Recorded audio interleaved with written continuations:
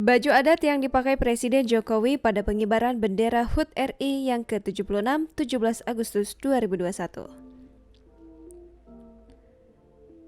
Baju adat yang dipakai Presiden Jokowi pada pengibaran bendera HUT RI yang ke-76 pada 17 Agustus 2021 menggunakan baju adat saat upacara HUT RI telah dilakukan Presiden Joko Widodo sejak tahun 2017 atau saat HUT ke-72 RI. Pada upacara HUT ke-72 RI, Bapak Jokowi mengenakan baju adat Kalimantan Selatan. Baju yang dikenakan menyerupai jas berwarna hitam ditambah kain songket dan tutup kepala.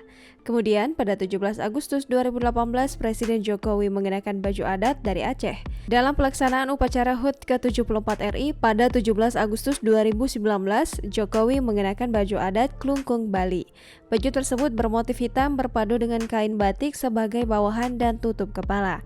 Sementara itu, pada upacara HUT ke-74 RI tahun lalu, Jokowi memakai baju adat Timur Tengah Selatan (NTT) lengkap dengan masker berwarna merah putih. Baju yang dikenakan Jokowi juga mengandung unsur warna merah dan putih. Sedangkan tahun ini Bapak Presiden Joko Widodo menggunakan pakaian adat Ipung Sainatin dan Papaduan dengan sedikit perbedaan pada detailnya. Adat pesisir sama-sama pakai kain pakis lengkap dengan masker putihnya.